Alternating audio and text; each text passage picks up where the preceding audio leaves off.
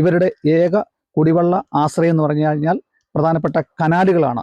കാലാകാലങ്ങളിൽ ഇത് നവീകരിക്കാത്തത് ഇവിടുത്തെ ശുദ്ധജലക്ഷാമത്തിന് ഒരു ബുദ്ധിമുട്ട് അനുഭവപ്പെടുന്നു. നമ്മളോടൊപ്പം തന്നെ ഇപ്പോൾ കലഞ്ഞൂർ പഞ്ചായത്തിലെ ജനപ്രതിനിധികളാണ്.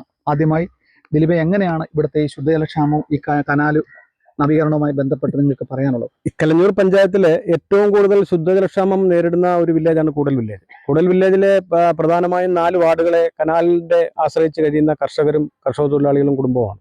ഈ കനാലിൽ ജലം ഉണ്ടായെങ്കിൽ മാത്രമേ കാർഷിക വിളകൾക്ക് അത് നശിക്കാതെ കാർഷിക വിളകൾ സംരക്ഷിക്കുവാനും കുടിവെള്ളക്ഷാമം പരിഹരിക്കുവാനും കിണറുകളിൽ റീചാർജ് ചെയ്യുവാനും പറ്റുന്ന ഒരു സാഹചര്യമാണ്.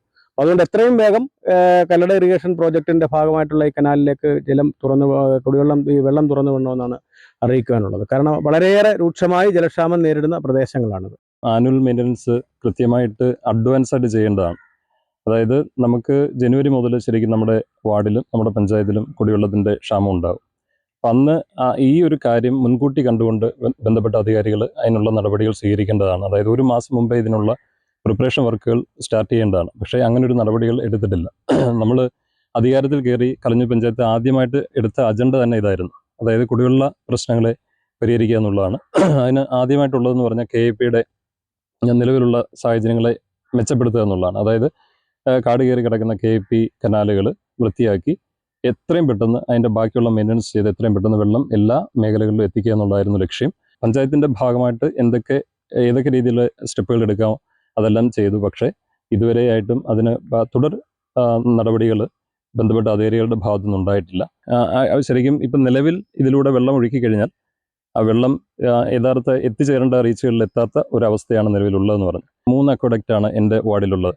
ആ 3 അക്വഡക്റ്റുകളും നല്ലപോലെ മെയിൻറ്റെയിൻ ചെയ്ത് അത് നല്ല പെയിൻറ്റ് ചെയ്ത് ഭംഗിയാക്കി എടുത്തു കഴിഞ്ഞാൽ ചുമ്മാതെ വന്ന് നോക്കി കാണാൻ തന്നെ ഇതിനൊരു പ്രത്യേക ഭംഗിയുണ്ട്. അപ്പോൾ ശരിക്കും ടൂറിസം ആസ്വദിക്കുന്ന ഒരു സൊസൈറ്റി ആയിട്ടാണ് നമ്മുടെ സൊസൈറ്റി മാറിക്കൊണ്ടിരിക്കുകയാണ് എല്ലാവരും.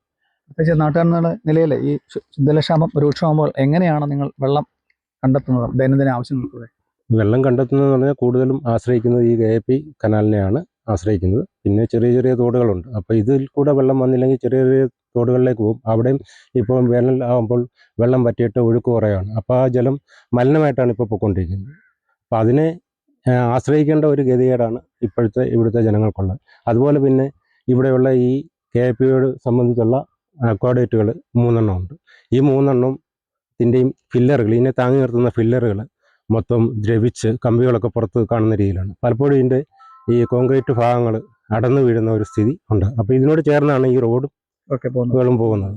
അപ്പോൾ 3 അക്വഡേറ്റിനോട് ചേർന്നും ആൾക്കാരുടെ നടവഴി അല്ലെങ്കിൽ റോഡ് ഉള്ള ഒരു ഇതാണ്. അപ്പോൾ ഇത് അല്ലാതുള്ള അപകട സാധ്യതകളും വരുത്തുന്നുണ്ട്. അപ്പോൾ അതിന് പ്രത്യേകിച്ച് രീതിയിലുള്ള ഒരു മെയിൻ്റനൻസ് ചെയ്യേണ്ട അത്യാവശ്യമാണ്. KIP നേരിട്ട് ഇടപെട്ട് ചെയ്യുന്ന ആനുവൽ മെയിൻ്റനൻസ് എന്ന് പറയുമ്പോൾ കോൺട്രാക്ടർമാരെ ഏൽപ്പിക്കുന്നു. അവർ വന്നിട്ട് ജസ്റ്റ് ആ വെള്ളം പാസ് ചെയ്യാനായിട്ടുള്ള ഒരു മാർഗം മാത്രം ഉണ്ടാക്കിയെടുക്കുക എന്നുള്ളൊരു ഇത് മാത്രമേ ഉള്ളൂ.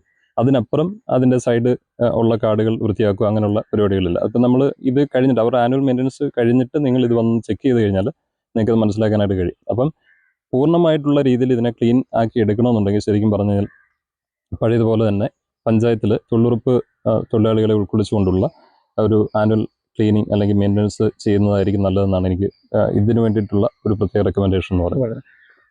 ദിലീപേ, നമ്മുടെ നഗരസഭകളിൽ കിയോസ്കുകൾ അല്ലെങ്കിൽ മറ്റ് ടാങ്കറുകളിലൊക്കെ വെള്ളം എത്തിക്കുന്ന ഒരു ഇതുണ്ട് കാലാകാലങ്ങളിൽ. എന്തൊക്കെയാണ് ഇപ്പോൾ അടിയന്തരമായി കലഞ്ഞൂർ പഞ്ചായത്ത്? നമ്മളിപ്പോൾ കലഞ്ഞൂർ പഞ്ചായത്തിലെ നമ്മൾ കഴിഞ്ഞ കമ്മിറ്റിയിൽ തീരുമാനമെടുത്തിരിക്കുന്ന ടാങ്കറുകളിൽ കുടിവെള്ള ക്ഷാമം രൂക്ഷമായി അനുഭവപ്പെടുന്ന മേഖലകളിൽ ടാങ്കറിൽ കുടിവെള്ള വിതരണം നടത്തുന്നതിന് വേണ്ടിയാണ് പ്രധാനമായും നമ്മൾ ആലോചിച്ചിട്ടുള്ളത്. പിന്നെ ചെറുകിട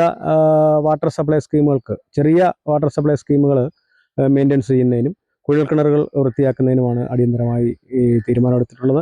അത് കളക്ടറുടെ അംഗീകാരത്തിനായി സമർപ്പിച്ചിരിക്കുകയാണ്. അത് കളക്ടറുടെ അംഗീകാരം കിട്ടിയെങ്കിൽ മാത്രമേ കുടിവെള്ളക്ഷാമം പരിഹരിക്കുന്നതിനാവശ്യമായ ടാങ്കിൽ വെള്ളം എത്തിക്കുന്ന നടപടിക്ക് ടെൻഡർ സ്വീകരിക്കാൻ പോലും കഴിയുള്ളൂ.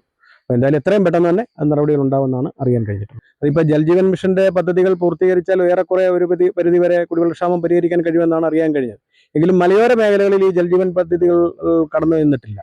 പൈപ്പ് ലൈൻ വലിച്ചിട്ടില്ല, അല്ലെങ്കിൽ ഈ വാട്ടർ സപ്ലൈ സ്കീം അവിടെ എത്തിയിട്ടില്ല. അപ്പോൾ അതുകൊണ്ട് ചെറുകിട ജലസേചന പദ്ധതികളായാലും വാർഡ് ബേസിൽ കാര്യക്ഷമമായ ഒരു മോണിറ്ററിംഗ് കമ്മിറ്റിയൊക്കെ രൂപീകരിച്ചുകൊണ്ട് വാർഡ് ബേസിൽ ഓരോ നല്ല ചെറുകിട കുടിവെള്ള പദ്ധതികൾ ആവിഷ്കരിച്ച് സമിതിയെ ഏൽപ്പിച്ച് നടത്താമെന്നുണ്ട് ഒരു പരിധിവരെ കലഞ്ഞൂർ പഞ്ചായത്തിലെ കുടിവെള്ളക്ഷാമത്തിന് ശാശ്വതം ഒരു പരിഹാരം കാണും എന്നാണ് എനിക്ക് മനസ്സിലാക്കാൻ കഴിയുന്നത്. വേനൽ രൂക്ഷമാകുന്നതിന് മുമ്പ് തന്നെ ശുദ്ധജലം തുറന്നുവിട്ട് ഇതിൻ്റെ മെയിൻ്റനൻസ് എല്ലാം യുദ്ധകാല അടിസ്ഥാനത്തിൽ പൂർത്തിയാക്കി ഈ പ്രദേശങ്ങളിലെ യുദ്ധജലക്ഷാമത്തിന് പരിഹാരം കാണണമെന്നാണ് ഇവിടുത്തെ നാട്ടുകാരുടെയും പഞ്ചായത്ത് ഭരണസമിതിയുടെയും ആവശ്യം. കേരള വിഷൻ ന്യൂസിന് വേണ്ടി ക്യാമറ പേഴ്സൺ പ്രദീപ് അങ്ങാടിക്കലിനൊപ്പം പ്രസാദ് MJ, പത്തനംതിട്ട.